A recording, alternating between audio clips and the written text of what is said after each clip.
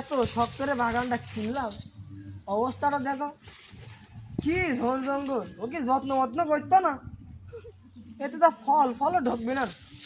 এই ওষুধের টাকা উঠবেন তো নাকি বেচে দেবো? একবার বদল করে দিলে আল্লাহ যা করে ভালোর জন্যই করে।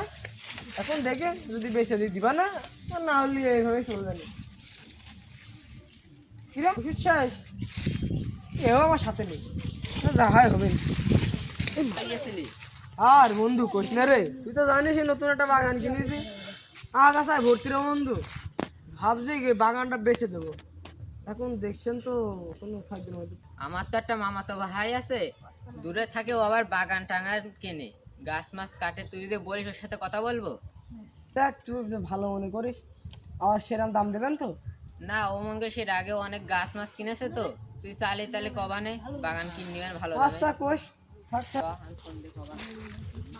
মিকাইল বাড়ি আছিস? একজন বাগান ব্যস্ত, তুই কি কিনবি? হ্যাঁ চল দেখে।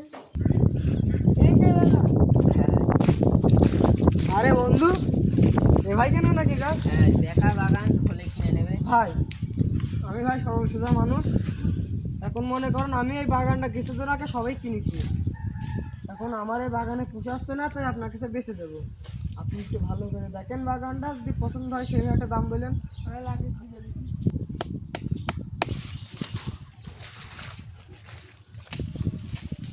বাগানটা তো ভালোই, 1-2 লাখ টাকা রাজি করে দিই। ওই রাম হলে তো মনে করে ভালোই হয়। দেখা যাক কত এসে দাম চাই। ভাই এমনি দুই বন্ধু তো একটু কথা বলছিলাম। এখন গাছ তো দেখলেন। বাগানটা তো ভালোই লাগছে, তা কি দাম দিবি? ভাই আমি তোমার কাছে ভালোভাবে দাম চাচ্ছি।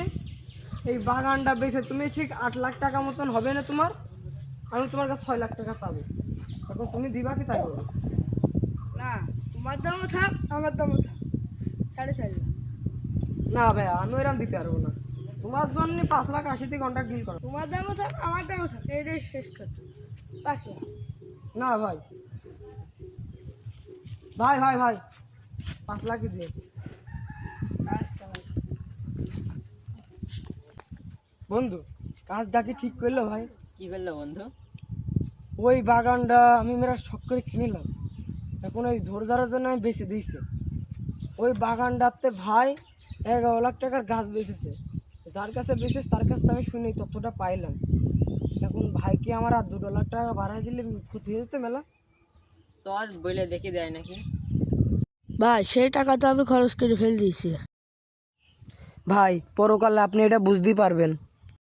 আরে বন্ধু, তুই জানিস না, আগে যদি হতো এরকম তাহলে আমি কোনোদিন আর বলতাম না। আর বন্ধু মন খারাপ তো করি নাই, তবে আমার মতো গরিব তো ঠেকাইছে, এর ফলা পরকালে বুঝবে। আল্লাহ তুমি বিচারটা করবে। ঠিকই বলছিস।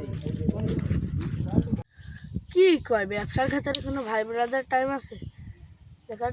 আসসালামু আলাইকুম গাইস। ভিডিওতে কোনো ভুল ত্রুটি হলে আমাদেরকে ছোট ভাই বোনেরা মনে করে মাফ করে দিবেন। আর এখানে কি শিখতে পারলেন সেটা হলো, এখন গরিবদের প্রতি প্রচুর অত্যাচার হচ্ছে। এইটা থেকে বাঁচার জন্য ভিডিওটা আমরা করেছি। আর আপনারা যতটুকু পারবেন গরিবদের পাশে থাকবেন। আর আমাদের চ্যানেলটিকে সবাই সাবস্ক্রাইব, লাইক এবং শেয়ার করবেন। আল্লাহ হাফেজ।